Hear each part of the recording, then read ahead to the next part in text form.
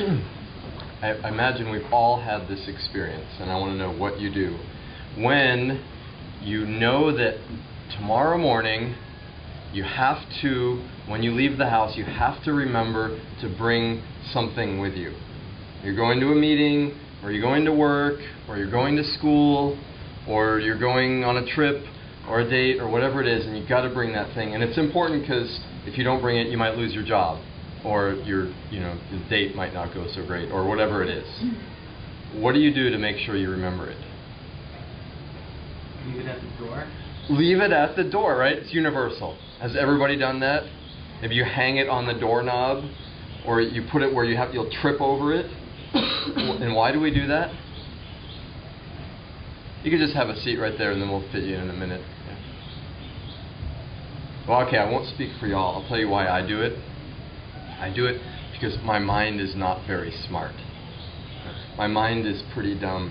So especially maybe first thing in the morning when I'm, like some tea, breakfast, shower, get everything ready, shave my head, get out the door, and not thinking clearly. But then I stumble upon that thing, and it's like, oh, what's that? Oh, yeah, duh, I want to take that with me. I need to take that with me. So it's a way of tricking our mind, because minds aren't so bright, usually. They're, as the saying goes, minds are very good servants. They're not such good masters. You all know Abraham Maslow? He's a traditional healer that lives in New Kuning. No, just kidding. Abraham Maslow. If you know him, that was a joke, but if you don't, that was meaningless. Psychologist, pioneer in personal development movement, lived for a long time at Esalen Institute. Really amazing guy. He developed the concept of peak experience, or at least that phraseology for it. Maslow's hierarchy of needs, you may have heard of. Anyway, here's something he said which pertains to us as yogis. Become aware of internal, subjective, subverbal experiences, so that these experiences can be brought into the world of abstraction, of conversation, of naming, etc., with the consequence that it immediately becomes possible for a certain amount of control to be exerted over these hither unconscious and uncontrollable processes. God help you if your first language isn't English. It's hard enough if your first language was English. So I'll paraphrase what he said. The things that go on inside us that are not necessarily clear, conscious in words, if we develop this practice of becoming aware of those things and finding a way to name them, finding a way to speak about them, then things that seemed like they were out of our control start to come into our control. Which is essentially what that little trick is of putting something by the door. Because if we didn't put it by the door in the morning, we might forget it, because it stayed below the level of consciousness. So how does it work with yoga? How does it fit with yoga? In the traditional way of looking at life, the body, the mind, there's lots of things that we're told we cannot control. For instance, you can't control digestion. There are many people that believe you can't control breathing. Can't control things like what your mind is thinking about. And if you've ever meditated, you probably know that that can be true.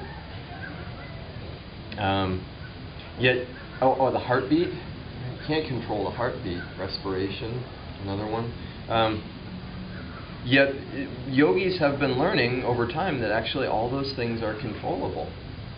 Swami Rama was studied in Harvard Medical Center 20-something years ago and showed that he could, at will, stop his heartbeat. Western science said, no way, and then so he proved it. It's possible to sit in a pool of water. It's good that we're filming this. Right? It's possible to sit in a pool of water and open your anal sphincter and draw water up into it. Everybody wants to do that, I know. You save a lot of money on colonics if you do that. And some of those things may be helpful, some of them may not be so helpful. What is helpful, though, is being able to control what we focus our mind on. Because we can focus it on problems all the time, or we can focus it on solutions all the time. We can focus it on complaining, or we can focus it on gratitude. And here's where the yoga asana practice becomes very helpful. It has to do with a term called ekagrata.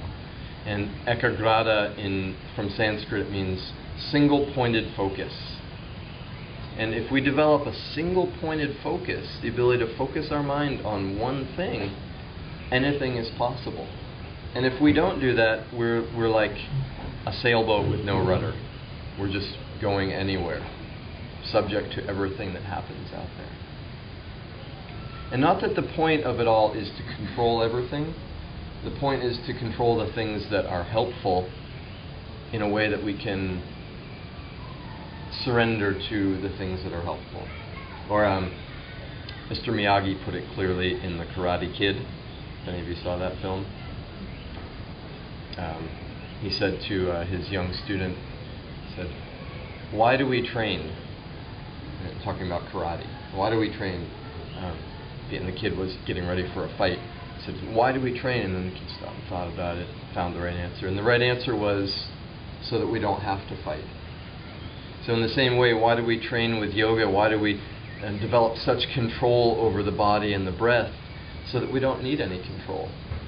So then our automatic mechanism becomes gratitude, becomes a way of walking through life without effort.